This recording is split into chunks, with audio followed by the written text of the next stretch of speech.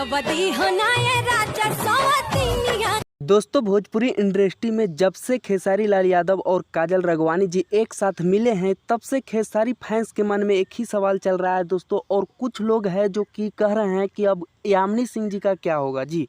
तो आप लोग के बता दें दोस्तों कि खेसारी लाल यादव जी एक ऐसा इकलौता स्टार है भोजपुरी इंडस्ट्री में जो कि सभी हीरोइनी के साथ उतना ही प्यार रखते हैं दोस्तों और सभी के साथ काम करना चाहते हैं। जी हाँ दोस्तों, क्योंकि खेसारी लाल यादव जी को छोड़ देते हैं हीरोइनी, बल्कि खेसारी लाल यादव जी अभी तक किसी को नहीं छोड़ा है दोस्तों। जी आप लोग के बता दें दोस्तों कि काजल राघवानी और खेसारी लाल यादव जी एक साथ मिले हैं तब से तबाही मच गया है दोस्तों भोजपुरी इंडस्ट्री में। लेकिन ऐसा कोई बात नहीं है दोस्तों, यामिनी सिंह जी के भी साथ काम करेंगे और काजल राघवानी जी के साथ भी काम करेंगे। जी खेसारी लाल यादव जी एक कलाकार है और जिसको साथ काम मिलेगा दोस्तों जरूर करेंगे। बाकी आप लोग के वीडियो कैसा लगा, वीडियो अच्छा लगा तो वीडियो को लाइक करके चैनल को सब्सक्राइब करके जुड़ जाएगा। धन्यवाद।